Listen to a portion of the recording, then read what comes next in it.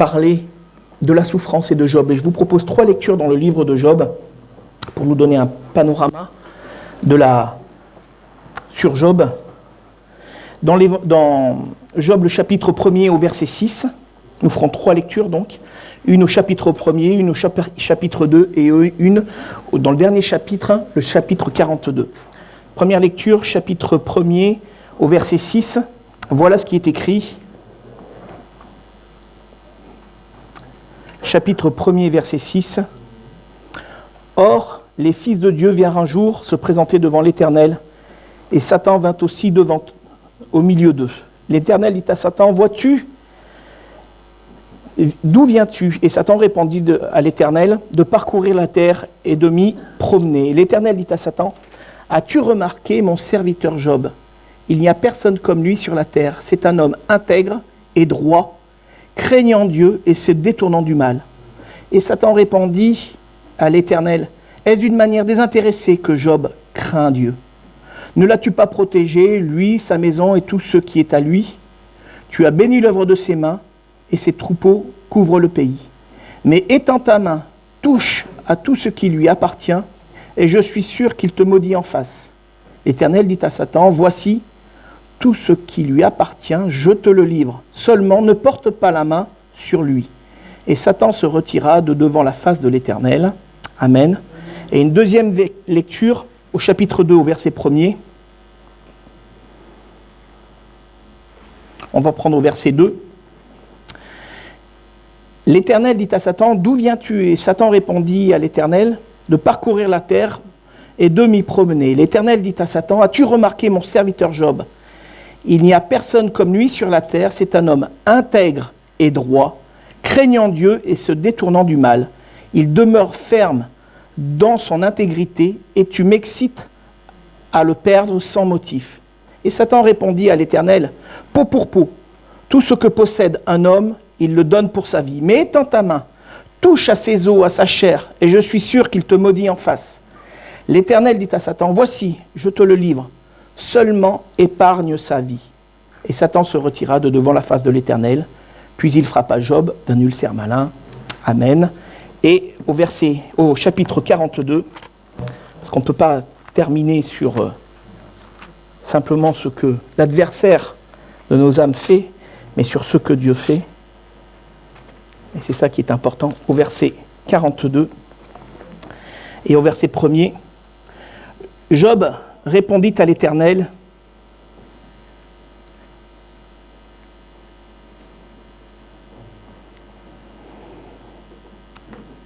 Job répondit à l'Éternel et dit, je reconnais que tu vois, que tu peux tout et que rien ne s'oppose à tes pensées. Quel est celui qui a la folie d'obscurcir mes desseins ? Oui, j'ai parlé sans les comprendre, des merveilles qui me dépassent et que je ne conçois pas. Écoute-moi et je parlerai. Je t'interrogerai et tu m'instruiras. Mon œil avait entendu parler de toi, mais maintenant mon œil t'a vu. C'est pourquoi je me condamne et je me repens sur la poussière et sur la cendre. Amen. Et après, la fin du chapitre, c'est toutes les bénédictions que Job a reçues. Et ce livre de Job, on va balayer un petit peu rapidement, le livre de Job nous parle de la souffrance du juste. Et déjà, rien que là, ça balaye deux je dirais, pensées qui sont totalement erronées et qui des fois circulent dans les milieux croyants. Et la première, c'est que on a des biens et on est béni de Dieu en fonction des biens que Dieu nous donne. Il y a cette pensée qui circule. Et il y a la deuxième pensée, c'est que si on est malade, c'est que forcément on a péché quelque part. C'est que forcément il y a quelque chose dans notre vie qui est de travers, et alors la maladie est une sanction divine. Eh bien, le livre de Job nous apprend tout le contraire. La Bible nous apprend que le juste peut être frappé. Il peut perdre tous ses biens. C'est ce qui est arrivé à Job. Parce que la bénédiction de Dieu ne repose pas sur les biens matériels. Et ceux qui ont ces pensées-là, ils ont, ou ils ne connaissent pas la parole de Dieu, ou ils ont un esprit qui dévie. Mais la pensée de Dieu, c'est que la bénédiction, avant tout, la bénédiction de Dieu, elle est spirituelle, mes frères et sœurs. Peu importe les biens que l'on a, peu importe ce que l'on peut gagner à la sueur de notre front, ce que l'on peut obtenir, tout ça, la Bible nous dit, ce ne sont que vanités. Vanité et poursuite du vent.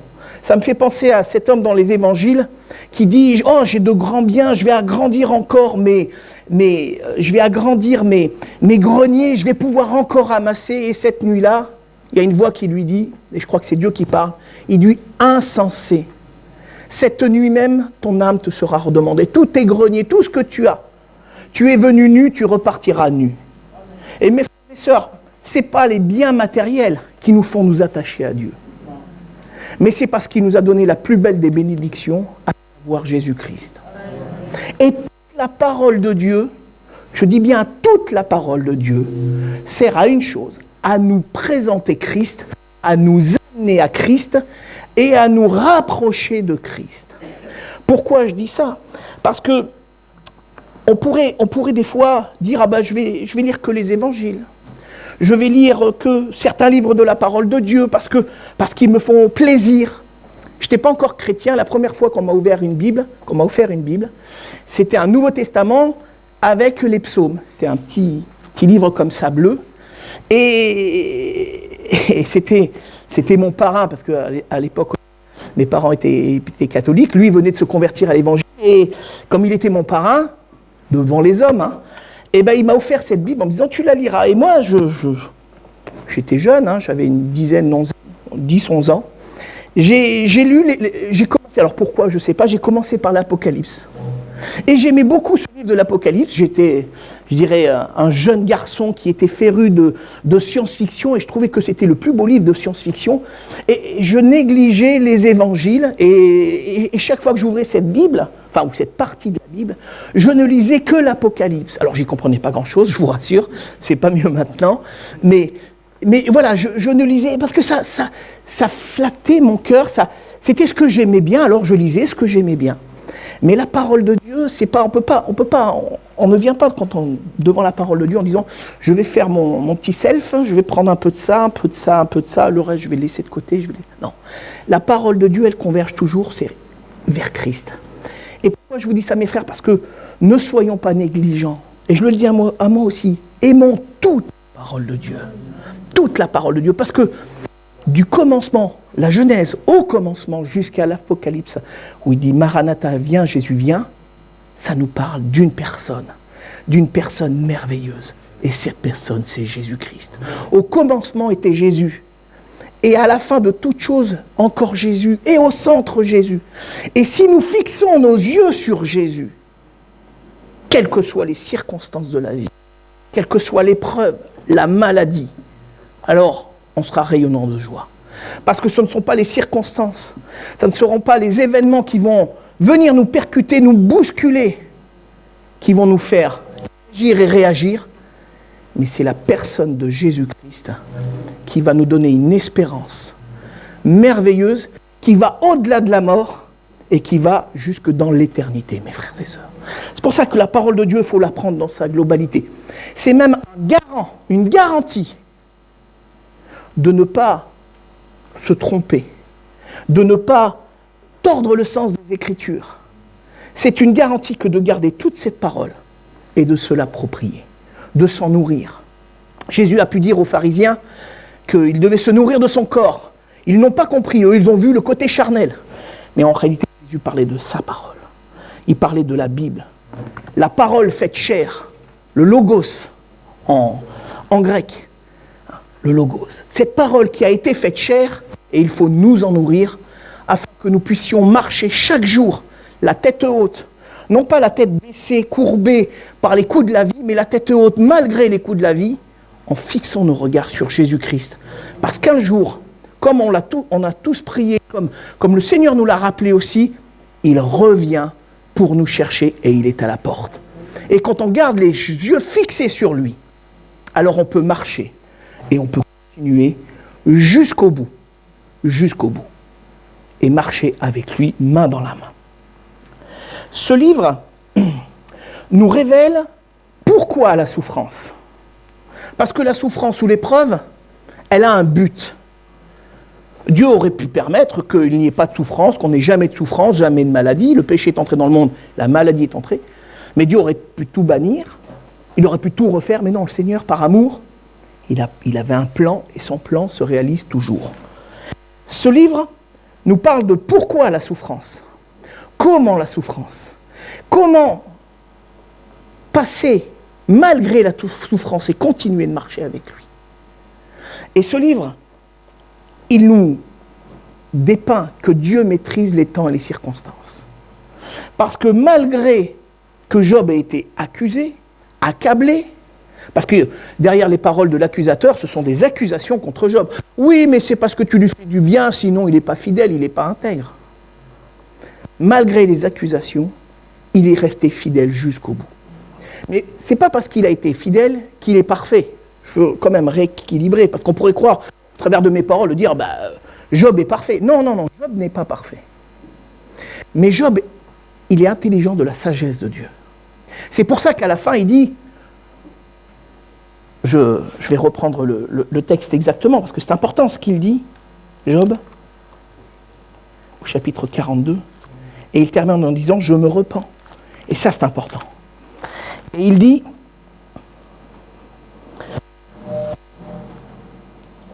quel est celui qui a la folie d'obscurcir mes desseins? Oui, j'ai parlé sans comprendre. Il dit, j'ai parlé sans comprendre. Il a cette intelligence de voir qu'il a beaucoup parlé, parce qu'il parle beaucoup dans son livre, mais sans comprendre tout, sans avoir la vision de tout ce qui se passait. Il dit, mon oreille avait entendu parler de toi, jusqu'à ce que l'épreuve m'amène. J'avais entendu parler de toi, je te connaissais vaguement, et pourtant on a l'impression qu'il connaissait Dieu. Il dit, mais maintenant, depuis cette épreuve, elle m'a servi à une chose, à te voir tel que tu es. À me faire prendre conscience que je ne suis pas si bien que ça, et que maintenant, c'est pourquoi, et il termine comme ça, c'est pourquoi je me condamne et je me repens. C'est même pas Dieu qui le condamne. Dieu à aucun moment ne le condamne. Il y a eu l'accusateur simplement. Mais il dit, mais moi maintenant, je me condamne parce que j'ai eu tort, parce que dans mes propos, j'étais obscurci par ma maladie. Et ça, c'est les circonstances souvent de la maladie, de l'épreuve. Ça nous obscurcit l'esprit. C'est pour ça que nous avons besoin de la parole de Dieu pour nous éclairer. Et il dit, je me repens sur la poussière et sur la cendre. C'est-à-dire, je m'humilie devant toi, mon Dieu. Et je te demande pardon. Parce que j'avais l'esprit obscur. Je me suis laissé obscurcir par les circonstances. Parce que je n'ai pas gardé les yeux fixés sur toi. Et là, ce n'est pas la recette. Parce qu'il n'y a pas de recette. Mais quand on est face à l'épreuve, alors quelqu'un me dira, oui, mais Philippe, c'est facile, toi, du haut de l'estrade, tu n'as pas des épreuves. Ça, personne ne peut le dire. On a tous des épreuves. À la mesure de notre vie, on a tous des épreuves, des difficultés. On passe tous par la maladie un jour ou l'autre. Et le but de cette prédication, ce n'est pas d'accuser qui que ce soit, mais simplement de nous donner les pistes pour que si le jour où ça nous arrive, ou si on est dedans, de se dire, Seigneur, moi je m'appuie sur toi. Je fixe mes regards sur toi. Je ne me laisse pas obscurcir. Je ne regarde pas autour de moi pour me laisser écraser, me laisser m'enfoncer, mais pour passer outre avec toi. J'y arriverai, Seigneur. C'est pas que je dis qu'on va y arriver par nos propres forces, loin de là. On ne peut pas y arriver par nos propres forces. On ne peut pas. Mais par contre, on réussira tant que l'on tiendra notre main dans la sienne. Parce que par sa grâce, et la grâce a une grande importance, il nous mènera à bon port. Et il nous permettra de réussir. Nous avons tous des difficultés, tous des problèmes, que ce soit au travail, que ce soit dans la famille, que ce soit des fois même dans l'église. Mais Dieu permet. Regardez, il donne des limites à l'accusateur. Il lui dit, la première fois, il lui dit, tu peux toucher à tous ses biens, mais tu ne touches pas à sa vie. Et il ne touche qu'à ses biens, même à ses enfants, mais il ne touche pas à Job. Parce que Dieu, il y a des choses qu'il ne permet pas. Il est le maître souverain. Les circonstances, les temps sont dans sa main. Alors mes frères et sœurs, sachons voir que même quand Dieu permet une épreuve, il permet Mais quand il dit stop, c'est stop. Et la deuxième fois, il lui dit, tu accuses Job en disant que parce qu'il n'est pas touché, vas-y. Mais il lui dit, ne touche pas. Je reprends le texte, parce que c'est le texte qui est important. Mais étends ta main, touche à ses os et à sa chair, hein, l'Éternel... Épargne, merci ma sœur. Épargne sa vie. Épargne. Alors c'est pas que Dieu demande à l'accusateur s'il veut bien le faire. Non. C'est un mot qui est plus fort. On a traduit par épargne sa vie. Mais en réalité, ce qu'il lui dit, c'est tu ne touches pas à sa vie. Et il ne touche pas à sa vie. Il a un ulcère malin, il est attaqué dans son corps, bien sûr. Mais il ne touche pas à sa vie. Parce qu'il y a un veto de Dieu. Et mes frères et sœurs, en Christ, il y a un veto que personne ne peut toucher. Parce que nous sommes devenus, en Jésus-Christ, les enfants de Dieu. Et ça, mes frères et sœurs, personne ne peut nous l'enlever, sauf le jour où je décide de lâcher sa main. Le seul qui peut nous séparer de Dieu, c'est pas ni les anges, c'est l'apôtre Paul qui dit ça, ni personne, même pas le diable. Il n'y a que nous qui pouvons nous séparer de l'amour de Dieu en lâchant sa main et en l'abandonnant. C'est un abandon de notre part. Mais si nous restons ancrés, toujours à saisir sa main et envers et contre tout, Seigneur, moi je veux te suivre, personne ne peut nous séparer de sa grâce. Amen. Et pour continuer, pardon, j'ai réfléchi à la bénédiction de Dieu. Et je me suis dit, mais qu'est-ce que ça veut dire bénédiction? Parce que tout à l'heure je parlais, je disais, la bénédiction de Dieu, elle est spirituelle. Alors je me suis dit, Philippe, c'est ta pensée, c'est pas... Cherche ce que veut dire exactement le mot. Et j'ai cherché, alors j'ai trouvé une définition, alors c'est pas un dictionnaire biblique, mais voilà ce qui était marqué. Bénédiction, la définition, grâce apportée par Dieu. C'est une grâce. Ce n'est pas des bienfaits, c'est une grâce que Dieu nous donne. Et la plus belle des grâces, mes frères et sœurs, c'est la grâce que Dieu nous a accordée par le sacrifice de Jésus-Christ. Nous avons été graciés, nos péchés nous écrasaient et nous avons été graciés. Nos péchés ont été pardonnés, nos offenses ont été effacées, c'est même plus fort, effacées. Elles n'existent plus devant Dieu. Alors quelqu'un me dira, mais Philippe, alors pourquoi des fois je pêche encore? Et on est tous logés à la même enseigne. Parce que nous sommes des hommes et des femmes faits de chair et de sang. Et que la chair, le vieil homme qui a été crucifié avec Christ, il veut descendre. Et des fois, il y a des manifestations par de la colère, par des envies, par toutes sortes de choses, que le Seigneur permet qu'elles se manifestent pour nous faire prendre conscience que nous avons besoin de progresser. Et là, quand ça nous arrive, qu'est-ce qu'on peut faire? Qu'est-ce qu'on peut faire? S'humilier devant Dieu, comme l'a fait Job. Seigneur, je me repens, je te demande pardon. Mais Seigneur, je sais une chose, c'est que nous avons un avocat auprès du Père. C'est dans l'Évangile, non, c'est dans Jacques, que je ne dise pas de bêtises. Non, c'est dans 1 Jean au chapitre 2, verset 1er, où il est dit que Jésus-Christ est l'avocat. Et si nous avons péché, nous avons un avocat. Nous savons que nous avons un avocat auprès du Père, Jésus-Christ le juste. Et nous sommes associés à sa justice parce que lui, il est sans péché. Lui, il nous comprend parce que lui, il a été éprouvé, il a été tenté en toutes choses, nous dit la parole de Dieu, mais qu'il n'a jamais failli. Et en mourant sur la croix, c'est le juste qui meurt pour des coupables. On ne peut pas le comprendre. Il nous faut être régénéré, éclairé par l'Esprit de Dieu pour comprendre que le juste paye pour des coupables. C'est une conception totalement invraisemblable pour nous, pour les hommes. Mais c'est la justice de Dieu qui se manifeste en Jésus-Christ à notre bénéfice. Je reviens maintenant sur Job. Par 2 fois, il est écrit Job intègre. Il est intègre et droit et craignant Dieu. Et ça m'a interpellé parce que c'est Dieu qui le dit et par 2 fois. Et vous savez que pour dire quelque chose de quelqu'un, il fallait 2 témoins.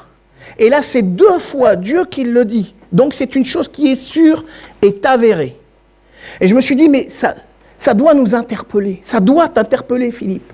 Et ça m'a interpellé en me disant, il est intègre, droit et craignant Dieu. Il n'est pas parfait, je l'ai dit déjà tout à l'heure, mais il est intègre et droit. Et j'ai voulu chercher, parce que c'est bien de savoir le sens des mots. L'intégrité, c'est quoi? C'est l'honnêteté et la probité absolue. Là aussi, c'est une définition qui n'est pas dans le dictionnaire biblique. J'aime bien avoir le sens des mots, parce qu'on pourrait se dire, le dictionnaire biblique, c'est orienté. Mais là, c'est objectif, c'est neutre. Et la probité, c'est quoi? C'est l'honnêteté scrupuleuse, c'est-à-dire que dans les moindres détails. Et ça, c'est un des caractères de Job. Je me suis dit, mais Philippe, est-ce que toi, tu es intègre? Est-ce que tu es droit? C'est ce que l'on veut tous, être intègre, droit, craignant Dieu. Mais souvent, on passe à côté. Mais si le Seigneur l'a écrit 2 fois, c'est que c'est important dans nos vies que nous soyons intègres, que nous soyons droits, que nous craignons Dieu. Et craindre Dieu, c'est pas avoir peur de lui, mais c'est de ne pas vouloir lui déplaire. C'est de vouloir plaire à tout prix à Dieu et d'avoir cette crainte de lui déplaire. Et ça, c'est important. Et ces 3 attributs, je crois que le Seigneur, il veut que l'on soit intègre. Alors maintenant, on a tordu le sens de l'intégrité. On parle d'intégrisme. Mais l'intégrité, c'est devant Dieu, c'est entre Dieu et moi. C'est pas moi qui vais essayer de faire sur les autres, c'est Dieu qui doit me changer. Et l'intégrité, c'est d'être honnête. L'honnêteté. Et ça nous parle de la sanctification, de vouloir plaire à Dieu. La crainte de l'Éternel, c'est vouloir plaire à Dieu à tout prix et d'avoir peur de lui déplaire, de ne pas être conforme à ce qu'il voudrait. Mais le Seigneur il nous invite à rechercher la pureté, l'honnêteté, la droiture. La droiture, c'est pas d'être cassant, ça c'est la conception humaine. Il est droit, alors il est cassant, tranchant avec les autres surtout, mais pas trop avec lui. Mais c'est pas ça ce que dit la parole de Dieu. La droiture, c'est de ressembler à Christ. L'intégrité, l'honnêteté, c'est toujours vers Christ. C'est de lui ressembler. Et mes frères, alors je vais peut-être vous décevoir, c'est impossible pour nous de le faire. Impossible d'y arriver par ses propres forces. Mais grâce soit rendue à Dieu. Parce que par la foi, nous pouvons atteindre la perfection de Christ, parce que c'est son Saint-Esprit qui va nous travailler, qui va nous amener pour de plus en plus vers la stature parfaite de Christ. C'est l'apôtre Paul qui en parle. La stature parfaite de Christ. Nous ne pouvons pas par nous-mêmes, mais nous pouvons l'atteindre par la foi, en nous tenant devant Dieu, en laissant le Saint-Esprit nous travailler pour nous amener de progrès en progrès. On ne sera jamais parfait sur cette terre. Et à la fin, le jour où il nous enlèvera, alors il nous rendra parfaits, semblables à Jésus-Christ, nous dit la parole de Dieu. Mes frères et sœurs, gardons, alors je ne dis pas ça pour nous décourager, parce qu'on a l'impression qu'on n'y arrivera jamais. Mais on va de progrès en progrès. Le Seigneur n'a pas voulu nous changer du jour au lendemain. Allez, t'es parfait, t'es saint, je t'emmène. Non. Nous sommes à l'école de Christ. Et la pensée de Dieu, la volonté de Dieu, c'est de nous amener de progrès en progrès. Et la Bible nous dit que mes progrès soient évidents, que vos progrès, c'est l'apôtre Paul qui parle, je ne sais plus dans quelle église, il dit que vos progrès soient évidents de tous. Donc que nos progrès, mes frères et sœurs, deviennent évidents pour mes frères et sœurs, non pas pour en tirer de la gloire, mais pour nous encourager ensemble, dans la marche, dans la communion fraternelle, à ressembler de plus en plus à Jésus-Christ. Afin qu'au jour où il viendra, il nous dira, bon et fidèle serviteur, rentre dans la gloire de ton maître. Nous savons qu'une couronne nous est réservée, nous savons que le meilleur est devant nous. Alors mes frères et sœurs, ne nous laissons pas accabler par les circonstances, par l'épreuve, par la maladie, le meilleur est devant nous. Parce que devant nous, vous savez ce qu'il y a? Il y a Jésus-Christ. Le meilleur est devant nous. Parce qu'un jour, nous serons aux noces de l'agneau. Nous serons dans sa présence pour l'éternité. La Bible nous dit que nous régnerons avec Christ. Non pas comme règnent les rois de ce monde, les puissants, les autorités de ce monde. Non, avec douceur, humilité, dans l'amour de Dieu. Mes frères et sœurs, notre avenir, il est radieux. Même si les circonstances actuellement, elles ne sont pas radieuses. Et qu'il va se passer des événements difficiles, mais bien sûr.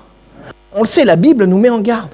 Mais ne nous laissons pas arrêter par ça, fixons les regards sur lui et sur la rémunération à venir. La présence de Christ pour l'éternité. C'est notre lot, c'est notre héritage. Et un jour, nous aussi, nous irons dans le pays promis. Comme le peuple hébreu, c'est une image de ce que nous ferons aussi le jour où nous rentrerons dans le ciel pour l'éternité avec lui. Christ est le seul parfait. Christ est le seul parfait.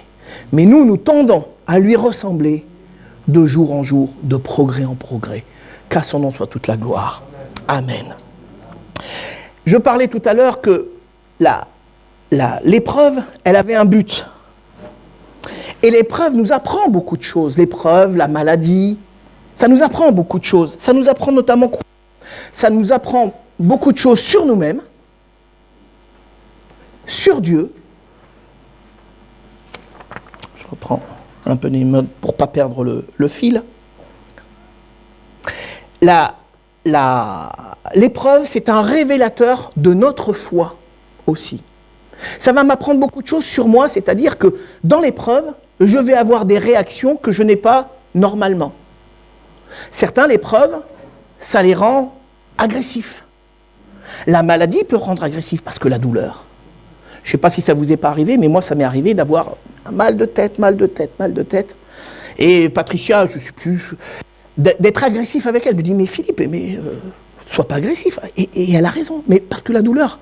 Et on est tellement pris qu'à ce moment-là, le vieil homme ressort. On est agressif, on est irritable, on n'est pas bien. Au boulot, on se dit, il a quelque chose qui ne va pas. Ça vous est jamais arrivé de dire, lui, il y a quelque chose qui ne va pas. Et c'est un révélateur des parties cachées de notre caractère, de notre moi. Certains, des fois, dans l'épreuve, ils vont se fermer, ils ne vont plus parler à personne. Ils vont s'enfermer sur eux-mêmes. Et ils ne vont penser plus qu'à leur maladie. Et ils vont s'enfermer et ça va être de mal en pis. Et c'est un révélateur. Mais le Seigneur le permet. Pourquoi? Parce que dans ces révélateurs-là, quand ça se révèle, c'est pour qu'on s'approche de lui. Pour qu'on vienne à ses pieds, au pied de la croix, en disant, Seigneur, aide-moi, change-moi. Peut-être qu'on n'a jamais parlé, on n'a jamais prié pour un trait de caractère ou quelque chose dont on n'a pas conscience. Mais c'est sous-jacent. Ça ne s'est jamais révélé, mais au moment de l'épreuve, ça se révèle. Vous savez, il y a des gens qui sont très doux, et le jour où ils passent par l'épreuve, alors là, ils deviennent irritables, méchants et intolérants. Et ça a révélé les choses. Et ça doit nous servir pour que nous aussi, nous puissions, quand on réalise ces choses, s'approcher de Dieu. Donc là, l'épreuve va nous permettre aussi de nous approcher de Dieu. Alors pour certains, des fois, ça va les éloigner de Dieu et ils vont rendre Dieu responsable de tous leurs maux, de tout ce qui leur arrive de mauvais, et ça les éloigne de Dieu.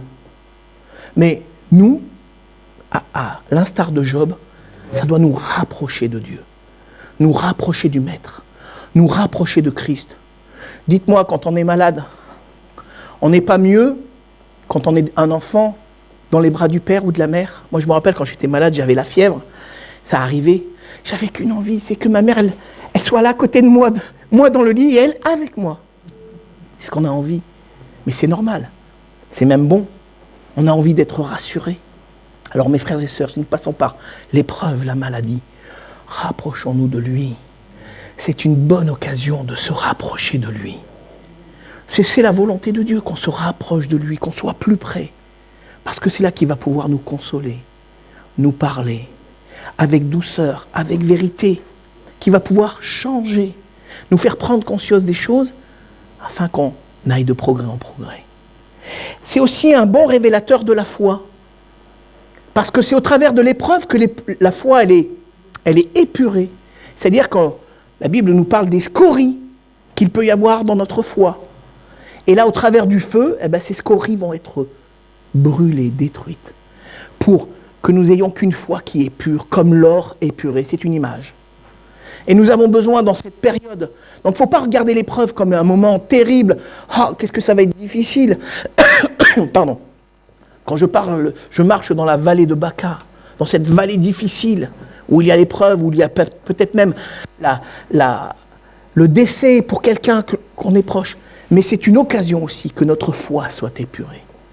Et que notre foi grandisse.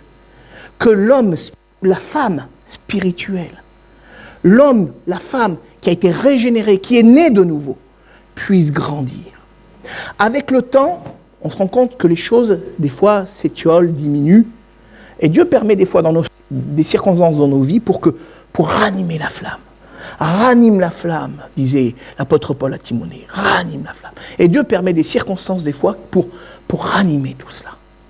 Alors mes frères, ne voyons pas ça comme un moment, comme une punition de Dieu, comme une occasion de grandir dans la foi, de grandir dans notre communion avec Dieu, et de grandir pour devenir un jour à la stature parfaite de Christ. À la stature parfaite de Christ. L'épreuve aussi, des fois, la maladie, ça nous permet aussi de devenir compatissants, d'avoir de la compassion pour les autres. Parce que des fois, dans la nature humaine, et je sais, on est tranchant, on est, je le disais tout à l'heure, intolérant. Mais quand on passe par des moments difficiles, ça nous brise, ça nous casse un peu, ça nous attendrit. Et ça nous fait prendre conscience que nous avons besoin aussi d'être compatissants avec les autres, parce qu'on aime bien qu'on soit aussi compatissants avec nous-mêmes, qu'on ait de la compassion pour ce que l'on peut vivre, nos difficultés. Et ça va nous permettre aussi d'avoir de la compassion pour ceux qui souffrent. Et quand on passe par une épreuve, on est plus sensible à l'épreuve. Et quand quelqu'un passe, on peut encourager, on peut aider, accompagner, guider. Parce que le but, c'est aussi que nous soyons des guides qui mènent à Jésus-Christ. Dieu nous façonne, il nous travaille, il nous modèle. C'est lui le divin potier. Nous sommes de l'argile et il nous modèle à son image et comme il veut. Et là, nous allons être utiles. Parce que c'est au travers des capacités qu'il nous aura données, de notre caractère qu'il aura travaillé, qu'il aura transformé, qu'il aura changé, que nous allons pouvoir être à son service utile. Des serviteurs, nous sommes des serviteurs inutiles, Dieu n'a pas besoin de nous. Mais Dieu nous fait grâce et il veut nous utiliser. Alors mes frères et sœurs, regardons vraiment Job ne l'a pas fait, il ne comprenait pas. Il ne comprenait pas, mais l'exemple de Job nous sert. C'est pour ça qu'à la fin, il se repent. Parce qu'il ne comprenait pas, il s'était enfermé. Pourtant, c'est un homme que la Bible, il y a tout un livre qui parle de l'épreuve de Job. Donc Job, c'est un homme que Dieu aimait. C'est un homme qui a de la valeur, mais parce que ça nous enseigne. Même ses compagnons, même la femme de Job, qui n'a pas été un soutien, parce qu'à un moment, elle lui dit « Maudit Dieu et meurs !» On en a marre de cette situation. « Maudit Dieu et meurs !» Mais lui, il est resté droit et intègre. Il est resté droit et intègre, même s'il n'a pas tout compris, même si des fois il s'est laissé enfermer, mais il est revenu auprès du Seigneur, et c'est ça l'essentiel. Mes frères et sœurs, dans nos vies de tous les jours, soyons de ceux qui prennent du temps devant Dieu, dans la communion avec Dieu. Alors la communion fraternelle, c'est très bon. Ça a été instauré par Dieu, mais nous avons besoin, pour avoir une bonne communion fraternelle, une bonne vie d'église, pour venir aux réunions, c'est une très bonne chose.